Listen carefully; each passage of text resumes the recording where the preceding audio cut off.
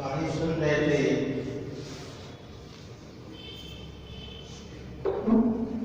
बिन तेरे सब भरम के माही, बिन तेरे सब भरम के माही, सरब नियारा तू निर्मल साई। बिन तेरे सब ही दुख पावे, काल चक्कर में आवे जावे। संसार में यदि हम देखें, आदमी को, किसी भी व्यक्ति को जो अपना अनुभव होता है उससे बात जल्दी समझ में आती है, क्योंकि वह अनुभव की चीज है। किसी के शरीर में तकलीफ हो, दूसरा कोई उसका बयान करे तो बात इतनी समझ में नहीं आती, लेकिन जब अपने शरीर में तकलीफ होती है तो उसको एहसास होता है कि हाँ, वास्तव में दर्द किसे कहते हैं। तो यदि अपने जीवन का अनुभव देखें तो ये एक बड़ी कॉमन सी बात है कि संसार में प्रत्येक व्यक्ति एक ही दौड़ रहा है, एक ही कार्य के लिए प्रयास कर रहा है, और वो है कि उसके जीवन में अधिक से अधिक सुख और शांति प्राप्त। एक ही लक्ष्य लेकर हम सारा जीवन कर्म करते रहते हैं, और उसके बाद हमारा परिणाम क्या है, ये भी हम सबका अनुभव है कि सारा जीवन संसार में उस सुख और शांति के लिए लगा दिया, लेकिन आज भी मन में एक बेचैनी, भय, दुख, अशांति ये आदमी बनी रहती है। तो आखिर कब वह घड़ी आएगी जब जिस सुख शांति के लिए मैंने सारा जीवन लगा दिया वह मेरा प्रयास सफल हो? कब आएगी वो घड़ी? जन्म से लेकर देखें, बचपन से आज तक जितनी भी हमारी आयु हो गई, बहुत सी वस्तुओं की हमारे अंदर इच्छा थी कि शायद जीवन में ये चीज प्राप्त हो जाए तब सुख प्राप्त होगा, पैसा आ जाए तब सुख होगा, सर्विस लग जाए तब सुख मिलेगा, पढ़ाई पूरी हो जाए तब सुख मिलेगा, अच्छा व्यापार चलने लगे तब सुख मिलेगा, अच्छी पत्नी मिल जाए, अच्छे बच्चे मिल जाए, अच्छा मकान हो जाए। अनंत संसार की वस्तुओं में हमारी ये धारणा थी कि इनको प्राप्त होने पर हमारे जीवन में सुख और शांति आई, और उनमें से बहुत सी वस्तुएं जीवन में प्राप्त कर चुके हैं, बहुत सी चीजें प्राप्त हो गई। लेकिन आज भी ऐसा प्रतीत होता है कि शायद किसी न किसी वस्तु में आज भी इच्छा बनी हुई है कि बस इसकी कमी रह गई है, ये और प्राप्त हो जाए तब जीवन में सुख और शांति प्राप्त हो।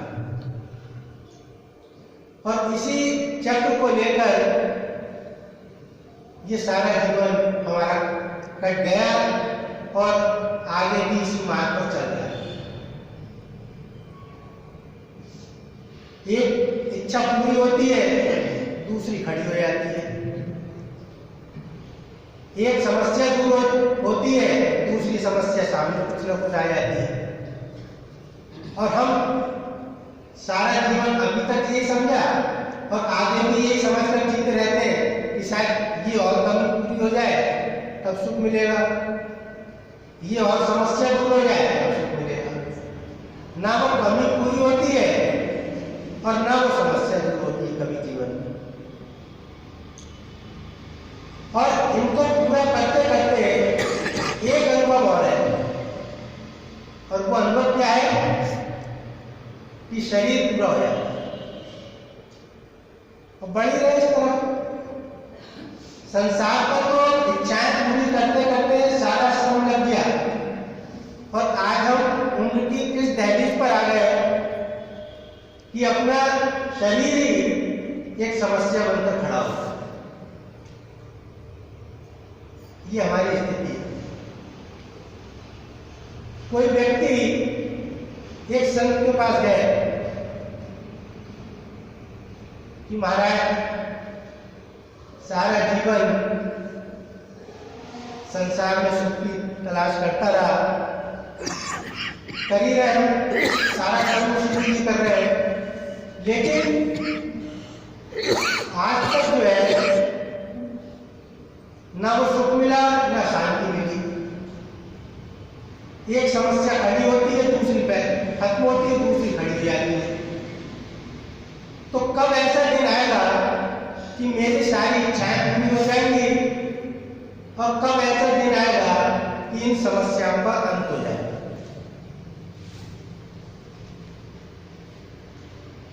तो संत ने अपने जो आंगन था बड़ा, उसमें कुछ ऊंट बंधे थे, उनकी तरफ इशारा किया कि वहां पर 8-10 ऊंट बंधे थे। उन्होंने कहा कि तुम इन ऊंटों को बैठा लो, फिर मैं तुम्हारी समस्या का हल बताऊंगा। उसने कहा इसमें क्या बात है, चलिए, बहुत साधारण सी बात में मेरी समस्या का समाधान हो जाएगा, इससे सरल क्या काम हो सकता है। तो वो गया व्यक्ति और जो उनके आंगन में ऊंट खड़े थे उनको बैठाने का प्रयास करने लगा। एक ऊंट बैठाला, दूसरा बैठाला, तीसरा बैठाला, चौथा बैठाला, उसमें से पहला खड़ा हो गया। फिर आगे बढ़ता जाता था, 4 ऊंट बैठाता था तो खड़े हो जाते थे। जब वो सारे ऊंट बैठाला, देखा पीछे वाले 4 ऊंट खड़े हो गए। फिर उनको बैठाता था, आगे वाले खड़े हो जाते। पूरी रात उसकी ऊंटों को बैठाने में खत्म हो गई। उसमें से जितने बैठाता था उतने दूसरे खड़े हो जाते। कहने लगा कि मैं तो ये समझता था कि ये बड़ा सरल काम है, इनको बैठाने में क्या जा रहा है, लेकिन सारी रात लग गई, ये सारे के सारे वैसे ही खड़े। तो थक हार कर संत के पास आया, महाराज मेरे बस की बात नहीं है कि ये सारे बैठ जाए, इनमें से 4 बैठाता हूँ, दूसरे 4 खड़े हो जाते हैं। तब संत ने कहा कि यही जीवन का है। ऐसा दिन कभी जीवन में नहीं आएगा, ये बात हम अपने हृदय में धारण कर लें कि हम, बहुत से लोग का हमारा ये अनुभव है कि ऐसा हो जाए तब सत्संग में जाऊंगा, ऐसा हो जाए तब प्रभु का ये संख्या शो करती है। हमारे जो प्रेमी हैं, लोग को सत्संग के लिए प्रेरणा करते हैं, कहते हैं आ जाओ, तो उनका एक ही उत्तर होता है, अरे अभी जरा ये समस्या है, ये समस्या दूर हो जाए तब सत्संग शुरू करूंगा। कई प्रेमी रिटायर हो जाए तब सत्संग शुरू करेंगे, घर में ये दिक्कत है, ये हो जाए दूर तब सत्संग में आना शुरू करेंगे। ऐसे लोग कभी सत्संग में ना आए ना आ पाए, क्योंकि संत ने बताया वो उनका अनुभव और हमारे जीवन का अनुभव भी यही है कि ना तो आज तक कभी जीवन में ऐसा दिन आ पाया कि सारी समस्याएं खत्म हो जाए, और ना कभी ऐसा दिन आएगा कि वो जो दूर हमको दिख रहा है वस्तु कि ये प्राप्त हो जाए तब सुख मिलेगा, ना कभी जो वस्तु प्राप्त होगी जो हमको दूर दिखाई दे रही है। तो ये हम अपने अंदर निर्णय करके रख लें कि जीवन में ऐसा कभी दिन आएगा नहीं। फिर करना क्या है? फिर करना यही है कि इन्हीं समस्याओं में हमको अपने को समय निकालना है। ये अंदर धारणा बैठ जाए कि इन्हीं परिस्थितियों में उसको जीना है, जिन परिस्थितियों में मैं आज तक जिया। इसीलिए सतपुरुष कह रहे हैं कि बिन तेरे सब भ्रम के माई। ये सारा भ्रम है कि ये वस्तु मिल जाए तो सुख मिलेगा और ये समस्या दूर हो जाए तो सुख मिलेगा, और बल्कि और नुकसान क्या होता है? सबसे बड़ी बात कि जो सुख मेरे पास था, जो वस्तु मेरे पास थी, उसका मैं आनंद नहीं ले पाता। ये और नुकसान होता है। सामने वाली वस्तु को देखते रहते हैं और जो वस्तु मेरे पास थी, जो वास्तव में सुख था, जो उसको मैं भूल जाता हूं। तो सारा संसार इसी दौड़ में दौड़ रहा है कि मुझे संसार में सुख मिलेगा, संसार के पदार्थों में सुख मिलेगा, सुंदर शरीर हो, अच्छा परिवार हो, बहुत धन दौलत हो, बहुत बढ़िया पद हो, बहुत बढ़िया व्यापार हो। ये कभी सुख के दिन आने वाले नहीं है। और ये हमको दिख रहा है कि आयु निरंतर जारी है, बल्कि ऐसा दिन आएगा कि कल को जो सुख मिला था वो भी छिन जाएगा। ये भी दिन और आने वाला है। तो संत इसलिए कह रहे हैं, सब संतों का ये निर्णय है। संत कबीर ने लिखा कि मोको कहा ढूंढे बंदे, मैं तो तेरे पास में, ना मैं मंदिर ना मैं मस्जिद ना काशी कैलाश में। ये बात सुनने में हमको लगता है कि ईश्वर के लिए हो रही है। तो जो ईश्वर है वही तो आनंद है, वही सच्चा सुख है, वही सच्ची शांति है। तो जिस सुख और जिस शांति के लिए हम सारी उम्र, सारा जीवन संसार में दौड़ते रहते हैं, संत हमको कह रहे हैं कि वो सुख और वह आनंद तुम्हारे अपने अंदर है। एक अन्य स्थान पर संत कबीर जी लिखते हैं कि कस्तूरी कुंडली बसे, मृग ढूंढे बनवाई, ऐसे घट घट राम है दुनिया देखत नहीं।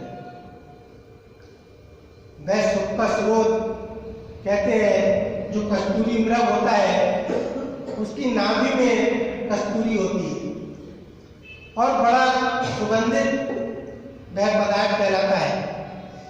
तो उसको अंदर से वह सुगंध आती है कस्तूरी की, उसको ये नहीं पता होता कि ये सुगंध मेरे अंदर से आ रही है।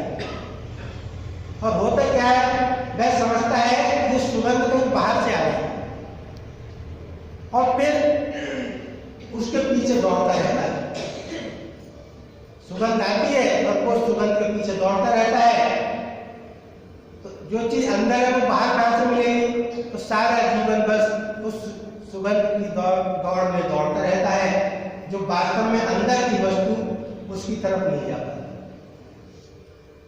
तो सत्पुरुष हमको यही समझाना चाहते हैं कि जिस सुख की, जिस शांति की हम तलाश में सारा जीवन व्यतीत कर देते हैं, वास्तव में वह सुख और शांति हमारे अपने अंदर है। एक उदाहरण के माध्यम से स्वामी रामतीर्थ हमको ये उदाहरण के माध्यम से समझाते हैं ये बात कि तुम्हारे अंदर सुख कैसे है। हम लोग कई बार कहीं घूमने की इच्छा होती है और बड़े बड़े सुंदर स्थानों पर जाते हैं, कभी कश्मीर गए, आगरा गए, बहुत से दुनिया में पर्यटन स्थल है जहाँ पर हम जाकर ऐसा लगता है कि हमको यहाँ आकर बड़ा सुख मिला। लेकिन यदि हम वास्तव में विचार करें तो सुख जिस बात के लिए हम सोच रहे हैं कि मुझको यहाँ पर आकर सुख मिला, तो इसका मतलब अगर वास्तव में वहीं पर सुख है तो जो लोग वहां पर रहने वाले हैं वो सब सुखी होने चाहिए। अगर सुख वास्तव में उस स्थान पर हो जहां पर जाकर हम ये कहते हैं कि यहाँ पर सुख मिला, तो वहां पर रहने वाले सारे लोग सुखी होंगे।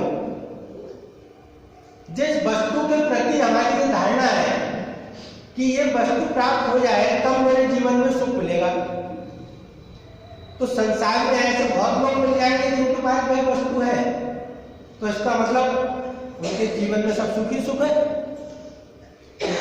एक गरीब व्यक्ति सोचता है कि बड़ा धन मिले तब मैं सुखी हो जाऊंगा, लेकिन बड़े धनवान चोरी और जाने क्या क्या कर्म करके जेल में पड़े, वहां पर भी उनको सुख नहीं मिल रहा है। तो रहस्य क्या है सारा? तो वो कहते हैं कि जो जिस स्थान पर आकर तुम इस गलत फहमी में हो कि मैं यहाँ पर आया हूं इसलिए मुझे सुख मिला है, ये गलत धारणा है। आपके अंदर सुख है, तुमको महसूस हो रहा है कि इस स्थान पर सुख मिल रहा है। अभी तुम अंदर से उस जगह को बड़ा एंजॉय कर रहे हैं, हम जहाँ पर लग रहा है हमको बड़ी अच्छी जगह है, और एक जगह से कोई खबर आया है, घर से एक फोन आया है कि आपके बेटे की तबीयत बड़ी खराब है। अब बताइए, हम अभी तक ये समझ रहे थे कि बड़ा सुंदर स्थान है, सारा सुख खत्म, ऐसा लगेगा फौरन यहाँ से टिकट बुक कराओ और भागो। चाहे कितना हमने वहां पैसा खर्च कर लिया हो, कितना होटल बुक कर लिया हो, सब कुछ कर लिया हो, लेकिन ये लगेगा फौरन घर भागो। क्या हुआ? स्थान तो वही है। तो तुम्हारे सुख अंदर था और तुम उस सुख का वहां पर एंजॉय कर रहे थे, लेकिन धारणा गलत ही हो गई कि जगह का सुख है। बहुत स्वादिष्ट पदार्थ हम खाते हैं कई बार, तो बड़ी तारीफ ऐसा लगता है कि इन नमक मिर्च और मसालों में सुख है, इस वस्तु में सुख है जो मेरी स्वाद इंद्रियों को सुख प्राप्त हो रहा है। लेकिन सत्पुरुष यहाँ कहते हैं ये भी सुख इन वस्तुओं में नहीं है, ये सुख तुम्हारे अंदर का है, अंदर तुम सुखी हो इसलिए इन वस्तुओं में सुख प्राप्त लग रहा है तुम्हें। किसी व्यक्ति ने बड़ा सुंदर आपको पकवान दिया, बहुत अच्छा लग रहा है, बड़े अच्छे बिस्तर है, बहुत अच्छी रहने के स्थान है, उसने एक जरा सी कड़वी बात आपसे कही, सारा उसका जितनी उसने व्यवस्था की है आपको जहर लगने लगेगी। ना वहां पर एक मिनट रुकने का मन करेगा, ना उसने जितने आपको बढ़िया रुकने की व्यवस्था की वो अच्छी लगेगी, ना जितने पकवान बनाए वो अच्छे लगेंगे। तो रहस्य क्या है कि जो वास्तव में जिस सुख की, जिस शांति की हम बात कर रहे हैं, वह सुख वह शांति हमारे अंदर है। लेकिन भ्रमवश होता क्या है कि हम इस रहस्य को नहीं समझ पाते और संसार की तरफ भागते हैं जैसे वह कस्तूरी मृग भागता है। जिन सत्पुरुषों ने उनको उस सुख को अपने अंदर खोज लिया, उनकी क्या स्थिति है? सत्पुरुषों का जीवन हमारे सामने है, ना वह खाने के पदार्थ, ना पहनने के, ना रहने के, फिर भी सारी दुनिया महाराज जी के पास जाते थे, प्रेमी यहाँ आनंद की बाढ़ आई, हजारों लाखों लोग उनके चरणों में जाकर गिरते हैं, जिन्होंने सबको अपने अंदर जान लिया। तो इसलिए सारा रहस्य ये है कि सतपुरुष वाणी में महाराज जी ने कहा कि सुख को खोजत खोजते बीत गए बरस हजार, मिली ना पलक की शांति जो भोगे भोग हमारे। वो भाग है नहीं शांति, बल्कि जितना हम और बाहर बढ़ेंगे उतना उस आनंद के स्रोत से, उस शांति के स्रोत से उतना हम और दूर होते चले आएंगे। ये संतों का निश्चित मत है। इसलिए हम इस रहस्य को समझें। सत्पुरुषों के अब ये चीजें मिलती कहाँ पर है? ये संतों के वचनों में मिलती है। ये सारा मार्ग संसार में नहीं मिलता। संसार तो हमको केवल बाहर की दौड़ सिखाता है। सारी विद्या संसार की, सारा संसार का जितना कार्य है, जितनी हम विद्या ग्रहण करते हैं, जो समाज में सीखते हैं, वो सब हमको बाहर की ओर ले जाता है, अपने से और दूर और दूर और दूर।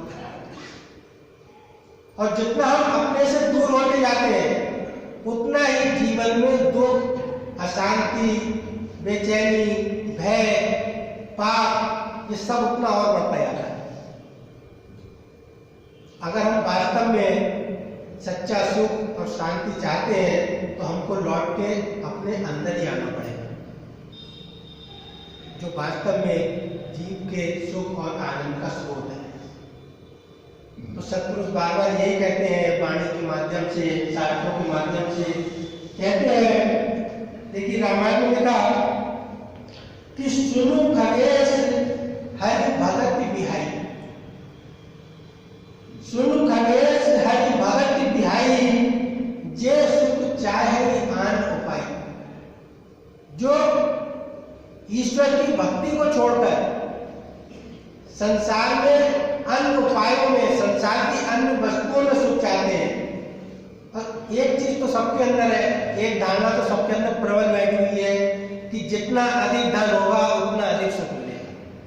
ये तो एक गलत फहमी ऐसी बैठी है कि सारा संसार इसमें गर्व हो जा रहा है। और एक शब्द कहा जाए तो सारा संसार इसमें अपना सर्वनाश कर रहा है। ये धारणा बनाकर कि जितना अधिक संसार का सुख, संसार का धन मिलेगा, जितना संसार में बड़ा पद मिलेगा, जितना संसार के भोग मिलेंगे उसमें उनको सुख मिलेगा, ये केवल एक अपना सर्वनाश करने वाला निर्णय है। दौड़ते रहो।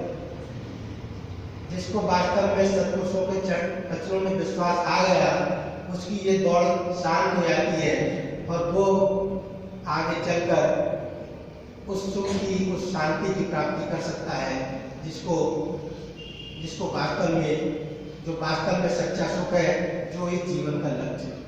उपाय केवल एक है। वो कह रहे हैं, सुन खगेश हरि भगत बिहाई, जे सुख चाहे आन उपाय।